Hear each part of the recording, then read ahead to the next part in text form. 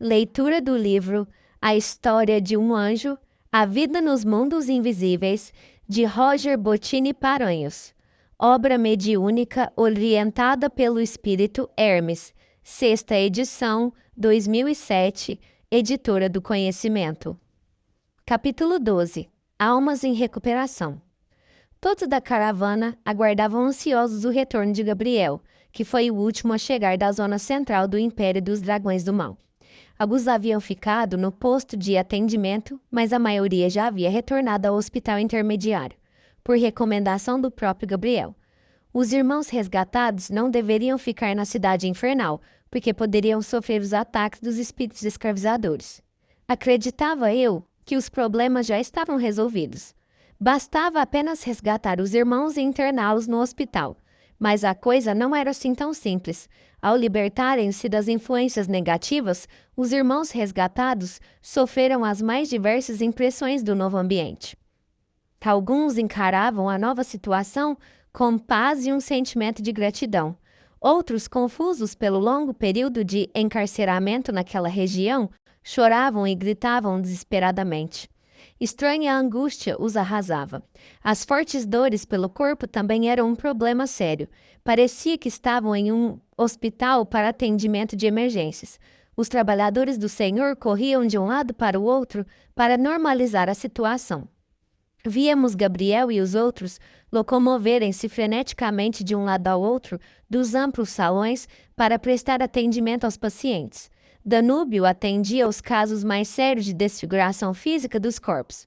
Acreditem se quiserem, mas havia irmãos com faces de animais. Eu não havia percebido na região infernal aqueles detalhes, mas alguns irmãos apresentavam rosto e patas de porco. Alguns também apresentavam a cabeça com o formato de cabeça de raposa. O irmão Hermes, captando meus pensamentos, disse-me: "Não esqueças jamais, somos o que pensamos." Os espíritos escravizadores, através da hipnose, convenceram estes irmãos atormentados de que eles são esses animais. Outros encontram-se nesta forma animalesca devido ao grande mal que praticaram. Com a mente prisioneira dos sentimentos inferiores, o organismo perispiritual termina gerando deformações próprias dos sentimentos animalescos que essas criaturas cultivaram. Infelizmente, algumas religiões cristãs apregoam que o pecador será condenado ao fogo eterno do inferno após seu desenlace. Estes irmãos que creem nessas religiões terminam acreditando que, devido aos seus atos pecaminosos, estão condenados a este inferno eterno e que os irmãos escravizadores são os demônios mitológicos. Portanto, entregam-se ingenuamente ao flagelo mental imposto por esses espíritos distanciados de Cristo. Muitos padecem décadas nas zonas inferiores por desconhecerem os princípios espíritas que mostram à humanidade a verdadeira face de Deus, o amor incondicional. Se estes irmãos, antes de desencarnarem, tivessem recebido o esclarecimento sobre o poder da oração e a infinita misericórdia de Deus, que permite o recomeço a todos que buscam reconstruir suas vidas, não estariam eles em situação tão deplorável. Danúbio dizia-lhes: "Vamos, meu irmão, retoma tua forma humana. Tu não és um animal, és um filho de Deus criado à sua imagem e semelhança." Danúbio apelava para as crenças daqueles irmãos que acreditavam que Deus é um velhinho de cabelos e barbas brancas, portanto, eles também teriam que retornar a esta forma. Ao mesmo tempo em que falava, Danúbio direcionava a eles as mãos tomadas de luz, efetuando o terapêutico passe. Em breves momentos, estavam eles recuperados, mas tomados pelas manchas escuras e pela lepra espiritual. Estas últimas transformações da alma eles não poderiam obter de Danúbio, mas sim através de seus esforços em busca da luz. Étel e Lívia cuidavam de outros irmãos com horríveis queimaduras. Na escuridão das trevas eu não pude ver aquelas cenas como vi agora, sob a luz das dependências do hospital. Entendi as palavras de Dracos quando afirmou que não teria humildade para apresentar sua verdadeira face diante da luz. Nas trevas, podemos precariamente tentar esconder as trevas em que está envolvida nossa alma, mas perto da luz, isto torna-se impossível. Nossa alma é um espelho que reflete onde mora o nosso coração. Lembrei-me das belas palavras de Jesus: Não devemos guardar tesouros onde a traça rói e a ferrugem consome. Devemos sim guardar tesouros no coração onde poderemos levá-los por toda a eternidade.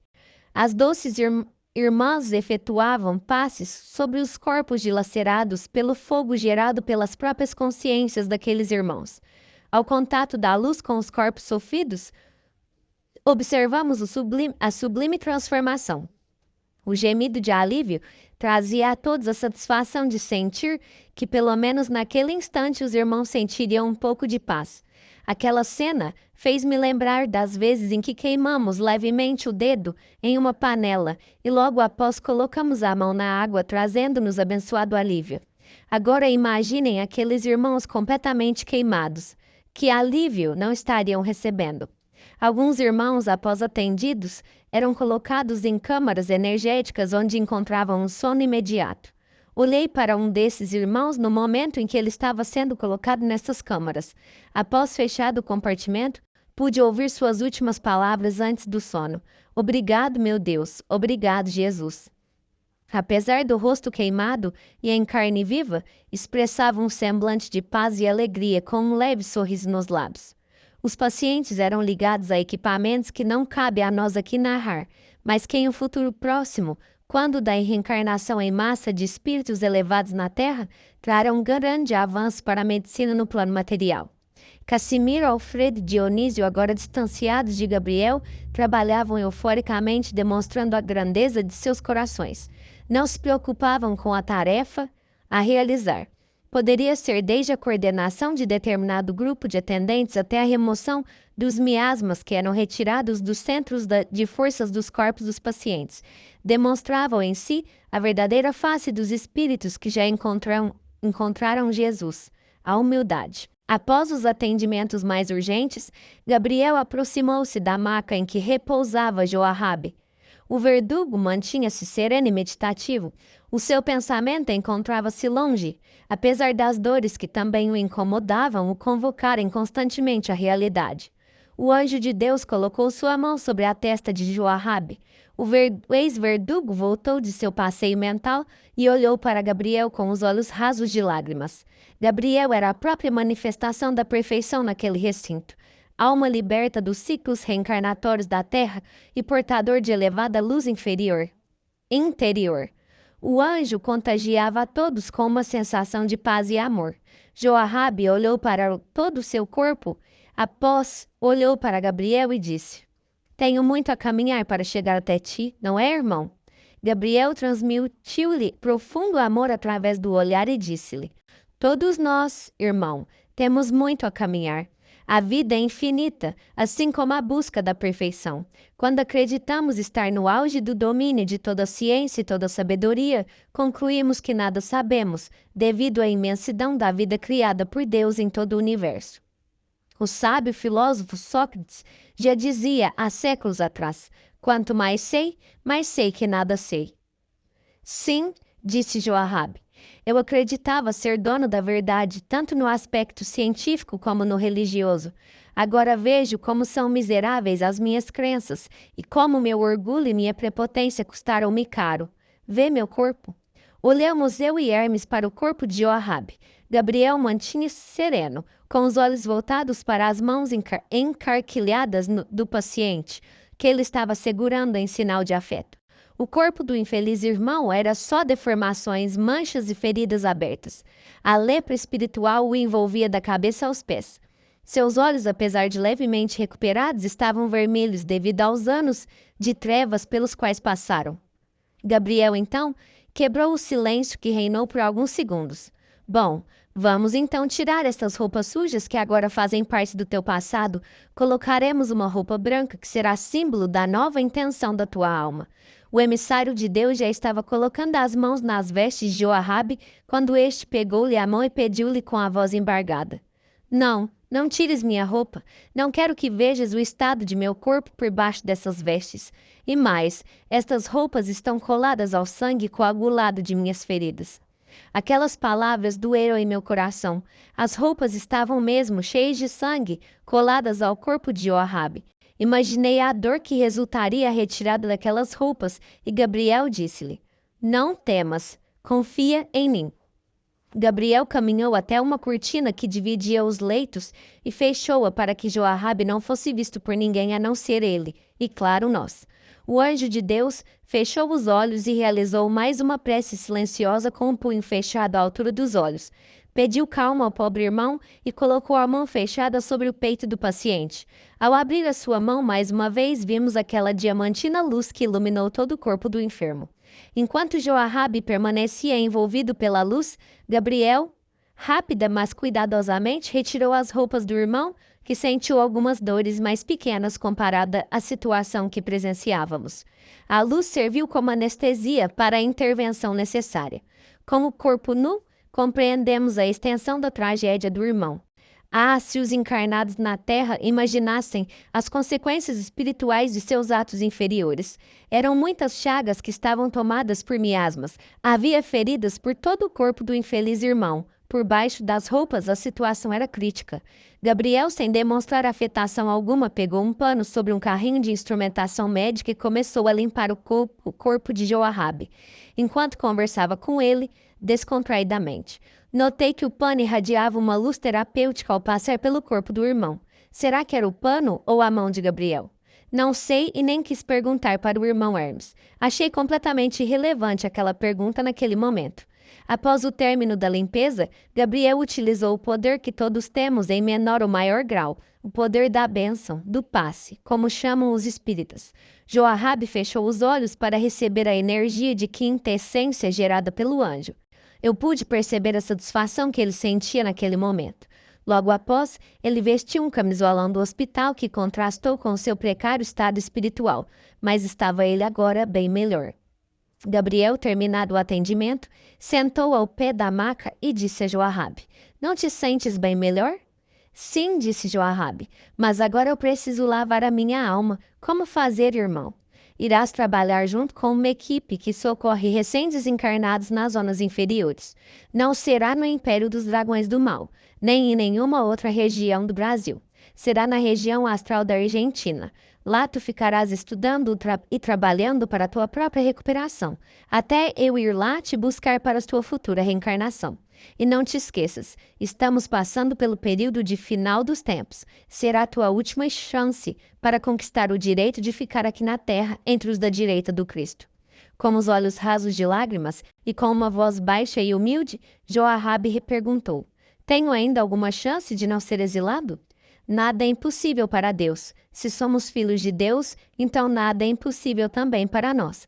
Basta que tenhamos fé e muito amor ao trabalho com Jesus." Tu representarás os trabalhadores da última hora, uma das inesquecíveis parábolas de Jesus. Levantando-se da cama, Gabriel aproximou-se de Joabe e deu-lhe um beijo na testa, encarquilhada pela lepra espiritual. Mais uma vez aquele impressionante fenômeno. Durante e alguns segundos após o beijo, a testa de Joabe ficou perfeita, envolvida pela luz do anjo. Logo após, retornou a horrível lepra. Gabriel, afastando-se para atender a outros pacientes, disse-lhe: "Segue as recomendações dos irmãos que te encaminharam ao trabalho que te falei. Trabalha com Jesus no coração. Vê nos teus futuros pacientes irmãos necessitados da luz do Cristo, de que tu serás intermediário. Em breve voltarei a ter contigo. Por enquanto, fica com a luz de Deus e de Jesus." Antes de Gabriel atravessar a cortina que isolava a maca do ambiente externo, Joabe chamou-o e disse-lhe: "Agora eu sei porque todos te chamam de o anjo de Deus. Acredita em mim. Batalharei com todas as forças do meu espírito para tornar-me um eleito e ficar na terra. Não serei exilado. Guardarei tuas palavras como um tesouro dentro do meu coração. Quando precisares de mim, estarei lá para servir-te como o mais humilde dos servos." E citando abençoadas palavras de Jesus, Joabe concluiu: "Porque eu tive fome e me destes de comer, tive sede e me deste de beber, tive necessidade de alojamento e me alojaste, tive nu e me vestistes, estive doente e me visitastes, estive na prisão e viestes me ver." Com lágrimas por todo o rosto, Joabe, que demonstrou conhecer muito bem os ensinamentos de Jesus, disse a Gabriel: "Obrigado, Gabriel, muito obrigado." O anjo ofertou-lhe um sorriso amigo e disse-lhe: "Guarda estas tuas promessas, pois eu virei te cobrar." Ambos sorriram enquanto Gabriel saía do reservado, onde Joabe ficou por horas a fio, tecendo objetivos para o seu novo futuro. Capítulo 13. Retornando à luz. Por 3 dias a equipe trabalhou incansavelmente naquele hospital, amparando e auxiliando a todos com a mesma atenção e desvelo. Segundo informações dos irmãos do posto de atendimento, Dracos havia ordenado aos seus comandados que cessassem todos os ataques aos trabalhadores de Cristo na cidade infernal. Tudo havia voltado ao normal, graças à intervenção do anjo Gabriel. No dia seguinte àquela notícia, efetuamos o meu tão esperado retorno ao Império do Amor Universal. Volitamos em direção à luz. Enquanto subíamos aos planos de luz, fomos sentindo que o ambiente ia ficando mais puro e belo. Logo, estávamos atravessando as fronteiras da Cidade-Luz. Havia amanhecido lá há poucas horas. Ah, os cantos dos pássaros, quanta saudade! Como foi bom ouvir a sinfonia das aves! E o verde deslumbrante, e o sol, então, aquela claridade magnífica que nos permitia ver tudo com clareza. Impossível esquecer a paz de espírito emanada pelos habitantes daquela cidade. Tive a sensação de que agora poderíamos baixar a guarda, fechar os olhos sem medo de sofrermos um ataque violento pelas costas. Como a paz é importante para o bem viver. Entrando na bela cidade, todos dirigiram-se para o grande lago. Avistando o volumoso lago, enchi-me de alegria. Ao longe, podíamos observar os reflexos dos raios solares na superfície cristalina. Aquela margem do lago possuía diversas árvores frutíferas e também mesas e cadeiras confortáveis, como se fosse um clube de lazer, onde os moradores daquele reino dos céus podem relaxar e conversar descontraidamente em contato com a exuberante natureza. Todos da equipe correram para dentro da água de roupa e tudo. As túnicas em contato com a água não ficavam molhadas, como se fossem protegidas por impermeabilizantes. Eu e o irmão Hermes sentamo-nos nas confortáveis cadeiras e ficamos observando os anjos boiando na água de barriga para cima, olhando para o céu. Sim, precisávamos todos descansar, recuperar as energias. Eles, pelo trabalho incansável nas trevas, eu, pelo meu desespero para aquela maratona, mesmo não fazendo praticamente nada, a não ser observar. O contato com a natureza permite-nos o restabelecimento de nossas energias. Experimentemos abraçar uma árvore ou andar descalço na grama. Veremos a integração perfeita entre o ser humano, principal obra da criação, e a natureza, através da energia que as formas primárias de vida emitem. Podemos restabelecer as energias que perdemos através do trabalho desgastante do dia a dia. Enquanto a equipe refazia-se através das dádivas da Mãe Natureza, aproveitei para consultar Hermes sobre os acontecimentos nas zonas escuras. Irmão Hermes, fiquei impressionado com o que vi naquela cidade. Todas as cidades do astral inferior são assim? De uma forma geral, sim. Algumas mais infelizes, outras menos. Existem diversas moradas na casa de Deus. Tu conheces-te o estágio de perfeição na Terra, o Império do Amor Universal. Em contrapartida, conheces-te também uma das cidades astrais mais inferiores do planeta, o Império dos Dragões do Mal. Mas existem cidades em estágios intermediários, onde os espíritos medianos estabelecem residência. Geralmente, são cidades dirigidas por espíritos de boa vontade que tentam auxiliar nossos irmãos, que apesar do desejo de alcançarem o céu, entregam-se às tentações da vida material, esquecendo-se dos compromissos com sua própria evolução. Os encarnados ridicularizam os conceitos religiosos de céu e inferno, mas como viste, todos esses conceitos são a mais absoluta realidade.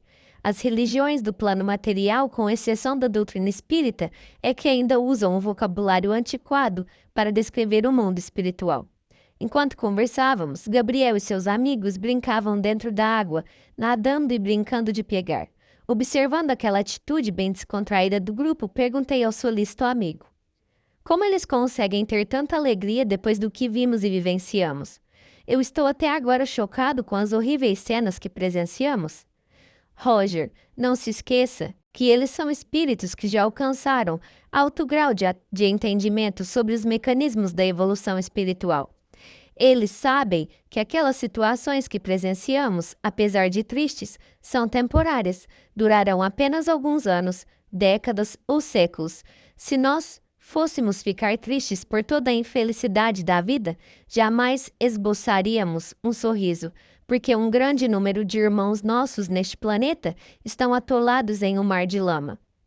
E ademais, desculpa-me a sinceridade, mas esse sentimento de tristeza geralmente é hipócrita. Muitas vezes, as pessoas lamentam a vida inteira a desgraça alheia, mas não movem uma palha para auxiliar esses que sofrem com os infortúnios da vida. Já nossos irmãos, que agora se banham alegremente nestas águas, fazem o contrário.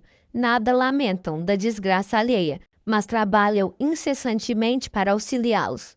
Isto chama-se caridade. Hermes tinha toda a razão. Do que vale o sentimentalismo ocioso comparado com o empenho de quem transforma o mundo com seus atos? Eu fiquei pensando o que seria daquele posto de atendimento na cidade infernal se Gabriel não tivesse sacudido Dracos com suas palavras. Enquanto eu meditava sobre as palavras do irmão Hermes, vi em meia algazarra que todos faziam na água, Gabriel beijando os lábios de uma deslumbrante mulher. Dei um pulo da cadeira em que estava sentado e corri até a beira do lago. Era Étel que havia retornado à sua verdadeira forma espiritual. Que mulher linda! Os vastos cabelos louros semelhantes aos de Gabriel, mas mais claros. A pele perfeita na flor da idade, parecendo-me uma moça de uns 25 anos de idade. Olhos lindíssimos azuis da cor do próprio lago. Puríssima luz irradiava de todo o seu corpo. Vi nos olhos dos dois o imenso amor que nutrem um para com o outro. Aquela cena era digna de tornar-se um belo quadro pintado por célebre artista. O grande lago, as frondosas árvores, o sol amigo ao fundo, as construções magníficas da cidade que desconhece a poluição urbana, o burburinho de todos brincando na água e, por fim, o belo casal namorando naquele ambiente paradisíaco. Mas logo o quadro mudou sua forma. O pessoal, percebendo que Gabriel e Étel estavam alheios às brincadeiras, correram até eles e começaram a jogar-lhes água. Virei-me e olhei para Hermes, para poder compartilhar com meu amigo a cena divertida. Hermes estava sentado em uma das cadeiras, com um sorriso que terminava nas orelhas. Impressionei-me, como a felicidade está nas pequenas coisas. Retornei à cadeira em que estava sentado e Hermes disse-me: exatamente, a felicidade está nas pequenas coisas. Vê só toda esta paz? Olha à sua volta. Não existe nada que não seja simples e útil. Os espíritos distanciados de Deus acreditam que somente o dinheiro traz felicidade. Na verdade, o dinheiro em mãos despreparadas é uma porta aberta para o cultivo dos vícios inferiores. Jesus, por diversas vezes, alertou sobre o absurdo de dedicar a vida às coisas materiais em detrimento dos bens espirituais. Apontando para um grupo de mulheres que caminhava por um calçadão a alguns metros de nós, Hermes disse: dize-me, o que vês naquelas mulheres? Imediatamente respondi: simplicidade. Exato. Não existe ostentação nem interesse de querer ser melhor do que as outras amigas. Acreditas que algumas delas fosse rica em sua vida física? Não. Todas eram mulheres humildes, que dedicavam-se com afinco para manter a harmonia do lar. Buscavam, através de suas condições, auxiliar o companheiro em todos os aspectos. Por alguns segundos, Hermes meditou e continuou sua exposição. Até é possível que pessoas ricas alcancem os planos de luz, mas isso porque já possuíam alguma evolução antes de reencarnar e estavam em missão na Terra, e não resgatando pesadas dívidas. Os espíritos primários, quando obtêm fortunas em suas vidas, terminam nos atoleiros dos planos inferiores, como já dizia Jesus. É mais fácil um camelo passar pelo buraco de uma agulha do que um rico entrar no reino dos céus. E lembra-te muito bem do que viste nas zonas inferiores, espíritos em condições miseráveis, com anéis e joias, arrogantes e prepotentes, acreditando ainda que dominavam a todos, como faziam quando estavam encarnados. Hermes estava certo. Quantas pessoas de posse terminam desencarnando por overdose de drogas e bebidas? Quantos chegam ao plano espiritual distanciados da humildade, da paciência e da tolerância devido ao domínio financeiro que exerciam no mundo? Dedicavam-se, quando encarnados, somente aos passatempos fúteis e desprezíveis, desfiles de moda, jogos de azar, festas vulgares, onde o assunto do dia era a desgraça de um rival no palco da ostentação. Estes irmãos não têm consciência de que são apenas mordomos administrando os bens que são tão somente de Deus. Somos meros usufrutuários do patrimônio divino. Quando retornamos ao mundo espiritual, tudo perdemos, menos as riquezas que guardamos no coração. Eu estava ainda meditando sobre o assunto quando o benfeitor amigo chamou-me a atenção. Olhei para o grande lago e vi uma insólita cena. Marcos corria sobre as águas, flutuando, enquanto Gabriel o seguia na mesma forma, tentando pegá-lo. Um pouco mais tarde, Éteu levitou até uma altura de 4 metros de altura e pegou uma fruta que estava em um dos galhos de uma árvore à margem do lago. Constrangi-me de narrar este fato. O irmão Hermes, percebendo, disse-me: Meu irmão, entendo o seu acanhamento. Tu tens medo de comprometer esta obra com informações que podem ser vistas como ficção. Mas muitas das coisas que o encarnado chama de ficção são apenas realidades de outras dimensões da vida. Vejamos, por exemplo, os vampiros não os viste nas zonas de trevas?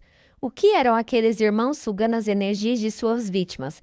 Não era um incontestável caso de vampirismo? E os irmãos que estavam com formas meio homem, meio animal? Não te lembram de lendas como o do Minotauro e lobisomem? Os irmãos perturbados nas zonas de trevas e aqueles com múltiplas deformações não te recordam os zumbis dos filmes de terror? A volitação, realizada até mesmo por ti, não nos lembra o super-homem das histórias em quadrinhos? E muitos outros exemplos poderíamos citar. No plano espiritual, podemos realizar muitas coisas que parecem ser impossíveis aos encarnados. Os evangelhos nos citam que Jesus caminhou sobre as águas, e isto quando ele estava encarnado. Por que isso não poderia ocorrer aqui no plano espiritual, onde a matéria é mais sutil? Hermes meditou um pouco enquanto eu bebia as suas palavras, e logo após continuou. Não te preocupes quanto aos incrédulos. Esta obra é para preparar os homens de boa vontade para o terceiro milênio, e não para tentar realizar milagres com aqueles que certamente serão exilados. Lembra-te de Mozart. Realizou músicas geniais e morreu no anonimato, enterrado em uma vala comum. Hoje em dia, ele é reconhecido por uma humanidade que está à altura de sua grandiosa contribuição ao progresso artístico da humanidade. Quantas coisas fantásticas nós podemos realizar! Nada é impossível àquele que busca trabalhar com fé. Eu lembrei-me de outro grande ensinamento de Cristo. Se tiverdes fé, a fé do tamanho de um grão de mostarda, a menor das sementes, podereis mover montanhas, e nada vos será impossível. Intrigado com os mecanismos de evolução espiritual criados por Deus, o céu e o inferno, perguntei ao amorável benfeitor: Irmão, qual é o segredo para vencermos nossas imperfeições e alcançarmos nossa evolução, livres da dor e do sofrimento? Boa pergunta, meu querido amigo. A nossa evolução espiritual pode seguir por 2 caminhos, o do amor e da sabedoria ou o da dor e do sofrimento. O Divino Mestre ensina-nos a amar, perdoar e respeitar os nossos irmãos. Ensina-nos também a tolerar as ofensas, trabalhar honestamente, viver honradamente, buscarmos a paz em todos os momentos, sermos brandos de coração, justos para com aqueles que nos cruzam o caminho. Ensinamentos estes que nos induzem a ser indulgentes com aqueles que não aceitam os nossos pontos de vista e nossas formas de viver, que também nos mostram que através da verdadeira fé e do verdadeiro amor podemos ser realmente felizes. Se negarmos tudo isso, teremos que estabelecer residência nas zonas inferiores que acabamos de visitar. Viveremos lá até que nosso espírito desperte através da reflexão e da oração para construirmos o nosso futuro. Caso contrário, se seguirmos todos os ensinamentos do Divino Amigo, encontraremos a evolução espiritual através do amor e da sabedoria, tornando-nos eleitos para habitarmos cidades paradisíacas, como esta, onde a felicidade é eterna. É muito simples, basta sermos cristãos autênticos, Cristãos autênticos são aqueles que vivem ensinamentos de Jesus e não aqueles que fingem viver esses ensinamentos. Ir à igreja ou aos templos, pagar promessas, ficar falando o tempo todo de suas religiões e nada praticar, de nada vale. Jesus mesmo nos diz: se, pois, quando apresentardes vossa oferenda ao altar, vos lembrardes de que vosso irmão tem alguma coisa contra vós, deixai vossa dádiva aí ao pé do altar e ide antes reconciliar-vos com vosso irmão, e depois voltai para oferecer vossa dádiva. Isso é uma triste realidade. Quantos dizem ser cristãos e alimentam ódios ferrenhos? Muitos nem mesmo olham no rosto de determinado irmão que, devido à sua ignorância espiritual, fez-lhe algum mal. Quanto menos desejam direcionar-lhe uma palavra de amor e perdoar as ofensas recebidas.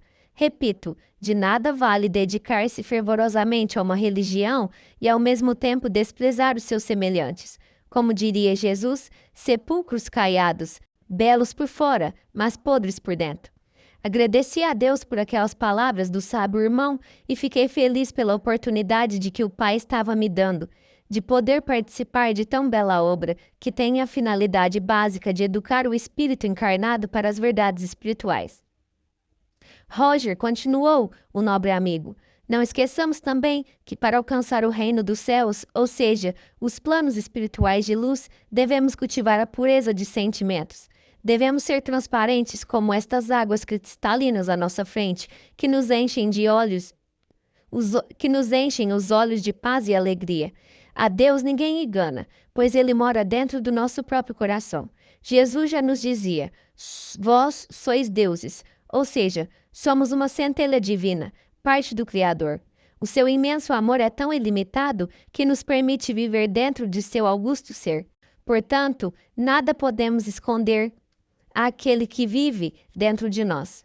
Lembra-te sempre, meu irmão, onde estivermos, Deus estará conosco. O instrutor estava com seus grandes olhos fixos nos meus.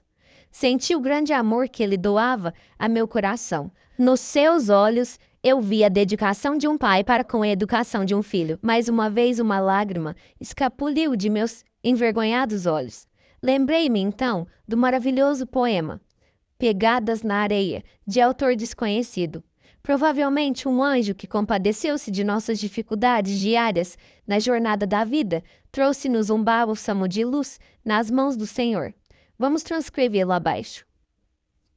Uma noite eu tive um sonho. Sonhei que estava andando na praia com o Senhor e através do céu passavam cenas que eram da minha vida.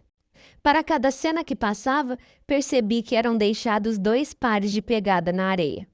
Um era o meu e o outro do Senhor. Quando a última cena da minha vida passou diante de nós, olhei para trás para as pegadas na areia e notei que muitas vezes no caminho da minha vida havia apenas um par de pegadas. Notei também que isto aconteceu nos momentos mais difíceis e angustiosos de meu viver. Isto aborreceu-me muito, e perguntei então ao Senhor: Senhor, tu me dissestes que uma vez que eu resolvi te seguir, tu andarias sempre comigo todo o caminho, mas notei que durante as maiores dificuldades do meu viver, havia na areia apenas um par de pegadas. Não compreendo por que nas horas que eu mais necessitava de ti, tu me deixastes. O Senhor me respondeu: meu precioso filho, eu te amo e jamais te deixaria nas horas de tua provação e do teu sofrimento. Quando viste na areia apenas um par de pegadas, foi exatamente aí que eu te carreguei nos braços. Eu me sentia, naquele instante, como o sublime escritor desta linda mensagem que relata o imenso amor que Deus dedica a seus filhos e que poucas vezes reconhecemos. Poucos são os que compreendem que se Deus não estivesse nos amparando, já estávamos caídos há muito tempo. Desde o pobre até o mais rico, desde o ignorante até o intelectual, analisando friamente a vida humana, vemos que são miseráveis e transitórios os poderes humanos, e como são poderosos e eternos os desígnios de Deus.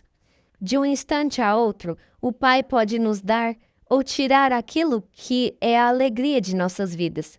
O seu critério para tais atitudes? Deus dá e tira para que possamos aprender a viver em conformidade com suas leis. Ama teu próximo como a ti mesmo. Não cometas atos que venham a prejudicar o teu próximo. Então, Deus não precisará colocar-te na triste estrada dos espinhos. Enquanto eu meditava, Gabriel saía do lago. A cada passo que ele dava, eu notava sua majestade no ar. A sua túnica branca estava imaculada e seca, mesmo segundos após sair da água. Seus belos cabelos longos também estavam secos. À medida que ele se aproximava das mesas em que eu e Hermes estávamos, notei que ele direcionava os seus lindos olhos verdes para uma fruta que estava a elevada altura em uma das frondosas mangueiras à margem do lago. Imaginei que ele fosse levitar até a fruta, mas não, da forma mais natural possível, sem que percebêssemos nenhum esforço de sua iluminada parte. Gabriel materializou sobre uma das mesas um copo de cristal com um líquido amarelo, que de pronto imaginei ser o suco da manga que ele fitava com seu sublime olhar. Eu procurei novamente a fruta. Ela já não estava mais no pé. Não perguntei nada ao irmão Hermes, pois a dedução era óbvia. Realmente, dependendo do grau de evolução do espírito, nada é impossível, inclusive as coisas mais triviais. O anjo, aproximando-se da mesa, pegou o copo e sorveu saudável suco. A fruta, apesar de ter uma grande semelhança com a que conhecemos, mostrava-se mais fluídica, mais vaporosa e brilhante. O copo estava envolto em luz. Também observei a cor vivíssima do líquido, que infelizmente não conseguiria descrever, por mais que eu tentasse. Enquanto Gabriel bebia o suco e respirava profundamente aquele oxigênio puríssimo, Étel, com sua exuberante beleza, chegou por trás do anjo e colocou suas mãos nos olhos de Gabriel e perguntou: "Quem está aqui?" "O amor de minha vida eterna", respondeu Gabriel. Hermes e eu observávamos, maravilhados, aquelas belas e comoventes cenas de paz e amor. Gabriel e Étel deram-se as mãos e foram caminhar à margem do grande lago. A dupla de bisbilhoteiros seguiu-os, Hermes sempre sorrindo e tratando-me com imenso carinho e atenção. O sublime casal acenou aos amigos, informando-os de que iriam passear pela deslumbrante orla do lago. Enquanto os anjos caminhavam, fiquei observando a deslumbrante beleza de Étel, agora já portando a sua verdadeira forma. Entendi porque ela assumia a forma de uma respeitável senhora nos planos inferiores. Étel, naquele início de tarde, era a personificação da beleza feminina. Seus lindos cabelos louros formando um casal perfeito, com os mais belos olhos azuis que jamais vi. Seus lábios graciosamente finos, com um simples batom cor-de-rosa.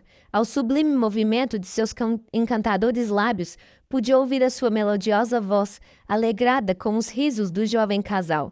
Realmente, a vida nos planos de luz é um inesquecível conto de fadas. Quantos jovens sonham com uma vida feliz e paradisíaca como esta, mas tão poucos se elegem para uma vida assim.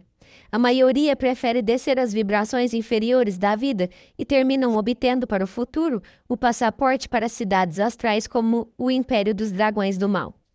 E o mais impressionante é que não precisamos de ser um padre ou um carola para alcançar o céu. Basta ser uma pessoa com boas intenções no coração e procurar sinceramente viver os ensinamentos contidos no Evangelho de Cristo, que é o copo d'água que pode saciar a sede de toda a humanidade. Étel repentinamente ficou em silêncio. Gabriel, percebendo, perguntou-lhe: "O que foi, meu amor? Por que te entristestes?" "Sinto que Jesus concordará com teus planos. Eu sei que a tua reencarnação no plano físico iluminará muitas almas. Compreendo a grandiosa finalidade desse maravilhoso projeto para toda a humanidade encarnada. Mas o meu coração apaixonado se entristece ao pensar que não poderei mais te ver diariamente por um longo tempo." "Não digas isto, meu amor. Te verei diariamente, enquanto meu corpo físico estiver desfrutando de justo repouso. O período do sono é uma bênção que Deus nos concede para podermos visitar os nossos afetos queridos no mundo espiritual." Esboçando um lindo sorriso, com seus branquíssimos e perfeitos dentes em harmonia com os belos lábios cor-de-rosa, Étel disse: "Tens razão, mas deves prometer-me que virás visitar-me todas as noites." Gabriel, com um gesto taravesso, respondeu: "Sim, senhora." Quando desviei minha atenção do casal, percebi onde estávamos. Havíamos chegado a um trecho do grande lago onde a vegetação é abundante, algumas rochas e uma bela cascata onde aquela cristalina água desabava de uma ribanceira sobre as rochas. Lembrei-me dos lodaçais das zonas de trevas. Quanta diferença! O casal sentou-se sobre uma das rochas e continuaram tecendo um romântico diálogo. Às vezes, disse Ethel, lembro-me de quando nos conhecemos há 1800 anos. Com os olhos vagos no céu, a bela moça continuou.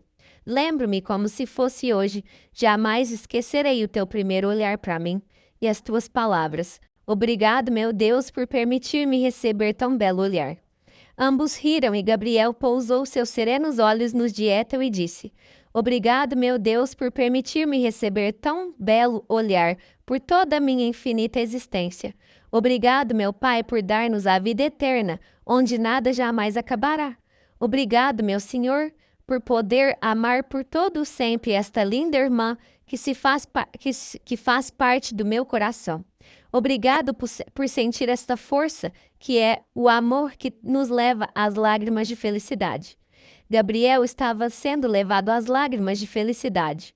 Eu e Hermes já estávamos lá há horas. Secando minhas lágrimas com a manga da camisa, perguntei de uma forma espirituosa ao irmão Hermes: Não sabia que tu eras tão romântico, meu irmão. Roger, o amor é o mais puro sentimento que um coração pode gerar. Quando ele chega a níveis sublimes, torna-se mágico e contagiante. Observa todas as conversões de espíritos escravizados no mal. Sempre o amor é o agente transformador. O criminoso, quando é envolvido por um puro e verdadeiro amor, perde o desejo de praticar o mal. Por isso, a doutrina dos espíritos é contra a pena de morte, pois não existem irmãos irrecuperáveis, existem irmãos de má vontade no trabalho de auxílio a estes irmãos.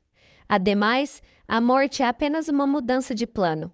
Vir para este lado prematuramente será apenas adiar o problema.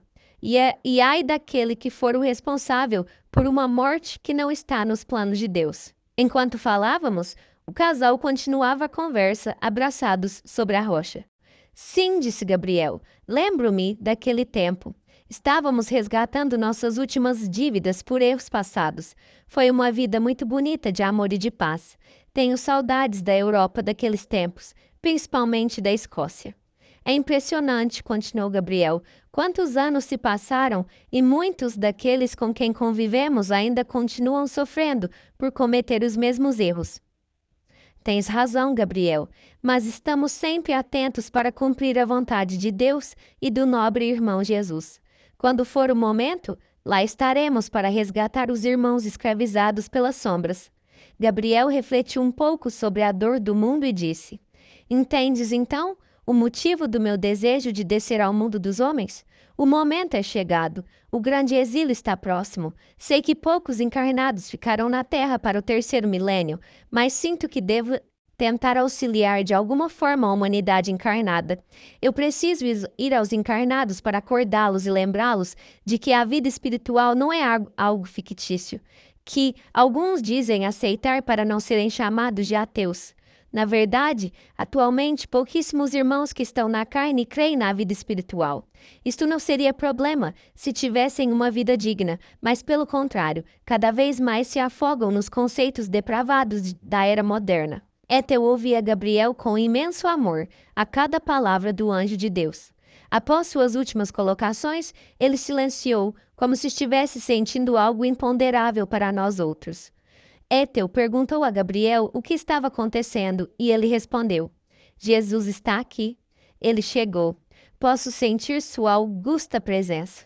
Vamos, Ethel, vamos nos unir aos outros para confraternizarmos com o Mestre. Já estávamos chegando ao entardecer daquela ensolarada tarde. O belo casal volitou em direção à margem oposta do grande lago, onde fica o Monte Tabor, local onde Jesus costumeiramente confraterniza com os moradores do Império do Amor Universal, quando visita esta cidade. Acompanhamos o casal e em alguns minutos estávamos vislumbrando uma grande multidão. No centro, uma entidade que iluminava a todos ao seu redor. Com certeza era o Cristo de Deus. Fiquei nervoso. O sonho de minha vida se realizaria em poucos minutos. Eu poderia ver, ouvir e receber a luz direta de Jesus. O irmão Hermes, compreendendo a minha ansiedade, acalmou-me dizendo: Tranquiliza-te, pois o momento é de paz e de alegria. Não tentes ser o que ainda não és. Mostra a tua verdadeira face. O Mestre é a personificação do amor e da misericórdia.